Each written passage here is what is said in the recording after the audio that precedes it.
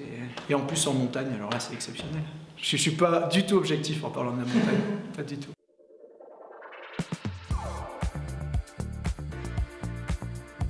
Alors Christian Etchebest, restaurateur, 48 ans, à la base cuisinier. Jeff Tordo, ancien sportif de niveau dans le rugby. Aujourd'hui je travaille dans les énergies renouvelables et le reste du temps je vis ma passion à Madagascar dans le social. Je fais la réinsertion par le sport avec les enfants. Voilà, je m'appelle Bernard Gaillot, je suis militaire de carrière, ça fait 28 ans et demi que je suis dans l'armée. Je suis marié, j'ai 6 enfants, j'habite à Lille et actuellement je suis commandant de formation à Polytechnique. Donc j'ai 540 élèves, 130 élèves internationaux et des élèves français. La définition de leadership, je dirais quoi? Je dirais réflexion, ouverture d'esprit, réflexion, aller au bout de ses idées. Voilà. La définition du leadership, c'est honnêteté, respect, humilité. Alors selon moi, le leadership, on va revenir sur l'étymologie, en fait, c'est to lead, conduire, donc conduire une équipe de manière à la rendre performante au travers des objectifs. Valeurs humaines, pour un leader, humaine, amitié, humaine et valeur du travail. A, l'intelligence, 2, l'humanité et 3, enfin, la force. L'exemple, le courage et le partage. En cuisine, Paul Bocuse, c'est un leader pour nous, on a ouvert pas mal de voies. Un leader, on aime ou on n'aime pas, Bernard Laporte, dans le monde du sport, on aime ou on n'aime pas. Et un leader, qu'on soit de gauche ou de droite, dans la politique, j'ai bien aimé François Mitterrand. Christian Régine, vous ne connaissez pas, c'est mon éducateur rugby qui m'a permis d'arriver aujourd'hui dans ce que je suis.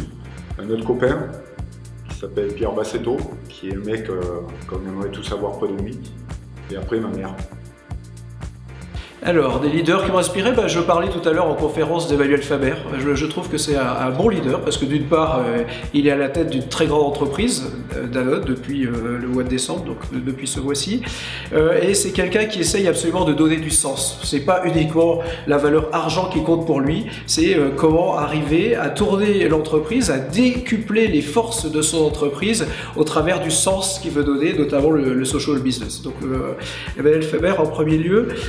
Ensuite, peut-être un chef militaire qui était Foch, en fait, Gérald Foch, qui a contribué avec grande victoire française, et en particulier lors de la Première Guerre mondiale. Et lui aussi, avant d'agir, systématiquement, il prenait du temps pour réfléchir. Et moi, j'estime que le leader, il ne doit pas réagir à chaud, il doit toujours prendre ce temps de la réflexion. Voilà. Et puis enfin, je dirais peut-être mon chef quand j'étais en Afghanistan. Ça a été vraiment ce qu'on a retenu de lui, c'est sa grande humanité, sa grande intelligence, sa force, mais aussi, je dirais, l'exemplarité. L'exemplarité tout le temps. Il était devant, au fond des vallées, il était avec nous, il était dans les moments sensibles. Et à la fin, on a fini par dire merci, vous avez été un développeur de talent. Comme je disais tout à l'heure, je pense que c'est le rôle du leader de développer les talents. Il l'a fait à la perfection et je trouve que c'est un très très bon exemple de leader. Je pense qu'il n'y a pas de conseil, c'est naturel, c'est une ADN, ça ne se travaille pas, c'est pas une recette cuisine. Si vous l'avez en vous, vous l'avez pas. Si vous l'avez, vous faites profiter. Et si vous l'avez pas, c'est pas pour autant que vous êtes un taré, ça fait partie des choses à la vie. Je pense que déjà, c'est ma famille avant tout. J'ai 6 enfants, j'habite à Lille. Mes choix de carrière ont souvent été marqués par aussi mes enfants. Et je pense que le leader a besoin d'être équilibré. Et typiquement, ma famille m'équilibre. Voilà. Alors parfois, j'ai eu le sentiment d'être très égoïste en partant en Afghanistan pendant 7 mois, ne sachant pas si j'allais revenir. Mais ma famille était ma force, c'était mon socle aussi. Et je pense que voilà. Donc ça c'est peut-être pas un moment. La naissance de mes enfants sont un moment, mais néanmoins je pense que c'est vraiment important. Ensuite, c'est ce que j'ai vécu dans les troupes alpines. Je suis chasseur alpin et j'avoue que dans les montagnes, alors que ce soit dans le monde civil ou dans le monde militaire, il y a vraiment un lien qui se crée au travers de cet effort commun tirer vers le haut, cet esprit de cordée qu'on voit. Récemment, j'ai monté des jeunes de Polytechnique avec des jeunes de milieux défavorisés au sommet du Mont Blanc. J'ai trouvé ça exceptionnel. Et que de valeurs partagées entre des polytechniciens qui pensaient tout savoir et qui finalement ont appris de plus jeunes lycéens de milieux défavorisés, et les jeunes de milieux défavorisés qui avaient des étoiles plein la tête quand ils sont arrivés au sommet, et puis avec ces échanges. Donc voilà, ça c'est quelque chose de très fort aussi, la montagne et tout ce qu'on peut partager, que ce soit dans le domaine militaire, dans le domaine civil. Puis enfin, l'Afghanistan, j'ai écrit un livre là-dessus. C'est vrai que c'est quelque chose pour moi qui est extrêmement fort. C'est une opération qui a été très dure.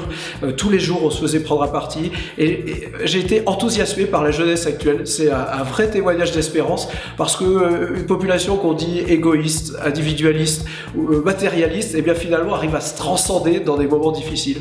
Et pour moi, c'est un gage de confiance en l'avenir qui est extrême. Donc vous êtes une belle population. Il faut capitaliser dessus. Vous avez encore beaucoup de choses à apporter, différemment de nous. Mais en tout cas, voilà, moi, cette expérience afghane qui était extrêmement dure m'a rendu vraiment confiance dans la jeunesse et dans l'avenir. 3 adresses, alors d'abord je vais vous en donner une, 53 boulevard de Grenelle, la cantine Duplex, la mienne. Et après quand même je pense à mes copains, Yves Candebord, place de l'Odéon, qui est un pionnier de la bistronomie. Une belle adresse, peut-être parisienne, aussi un peu dans le luxe, le Crillon, qui a été tout refait, et j'ai travaillé, donc le Crillon. C'est bon? Merci. Allez.